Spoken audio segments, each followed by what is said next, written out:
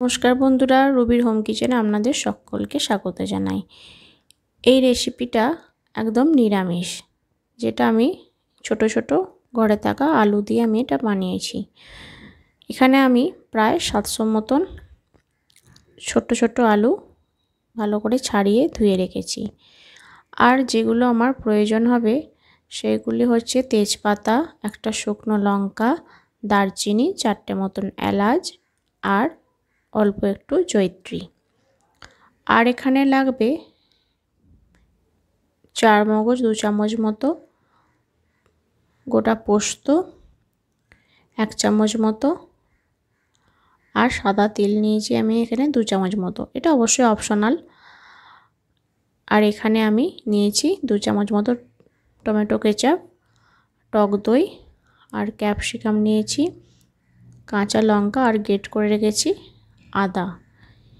এই উপকরণ দিয়ে আপনাদের এবার আলু রেসিপিটা বানিয়ে দেখাচ্ছি। প্রথমে কড়াইয়ের মধ্যে 2-3 চামচ মতো সাদা তেল আমি ব্যবহার করে নিচ্ছি। এখানে আমি ছোট ছোট আলুগুলোকে নাড়াচাড়া করে ঢাকা দিয়ে লাল লাল করে ভেজে তুলে নেব।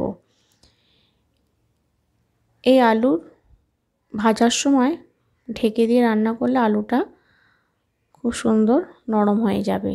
এরপর নরম হয়ে গেলে ভেজে আমি তুলে রাখছি। এখানে আমি ক্যাপসিকাম কাটাগুলো ভালো করে আমি ভেজে নিচ্ছি। খুব বেশি ভাজার দরকার নেই, কাঁচা গন্ধটা যাওয়া পর্যন্ত একবার নাড়াচাড়া করে তুলে নিলেই হবে। এখানে ক্যাপসিকামগুলো তুলে নিলাম। এরপর আমি যে গোটা গরম মশলাগুলো ব্যবহার করেছিলাম সেগুলো একে একে দিয়ে নিলাম। আর দিয়ে নিলাম অল্প একটু গোটা জিরে।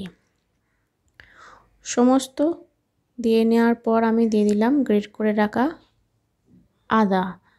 খুব অল্প পরিমাণে আমি আদাটা ব্যবহার করেছি। আর আমি যে সাদা তিল, পোস্ত আর 4 মগজ ব্যবহার করেছিলাম সেটা বেটে দিয়ে নিলাম। আর অল্প পরিমাণে বাটিটা ধুয়ে আমি জল দিয়ে নিলাম।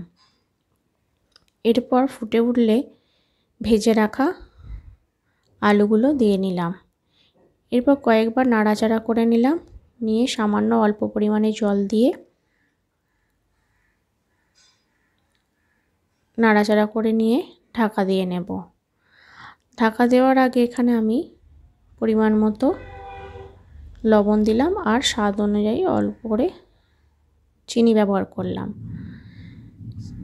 এরপর এখানে যখনই ফুটে উঠবে তখন আমি দিয়ে নেব টমেটো কেচাপটা। টমেটো কেচাপ দেওয়ার পর প্রায় 1-2 মিনিট ফুটিয়ে নেব। ফুটিয়ে নেওয়ার পর আবার নাড়াচাড়া করে নেব।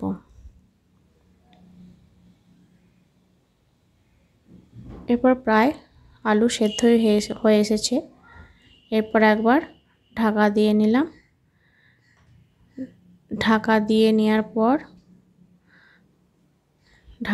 নেওয়ার পর আমি এখানে দিয়ে নিলাম টক দই। টক দইটা দিয়ে আমি একবার নাড়াচাড়া করে নিলাম। এটা দিয়ে বেশিক্ষণ আমি ফোটাবো না, তাতে দইটা কেটে যেতে পারে। এরপর কাঁচা লঙ্কাগুলো দিয়ে আর ক্যাপসিকাম দিয়ে 1-2 মিনিট একদম লো আঁচে ফুটিয়ে নেব।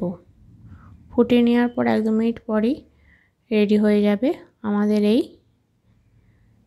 নিরামিষ সাদা আলুর দমটা।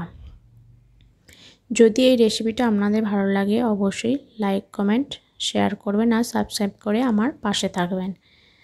চলুন, রেডি হয়ে গেছে। এরপর একটি পাত্রের মধ্যে তুলে নিই। এই রেসিপিটা লুচি, পরোটা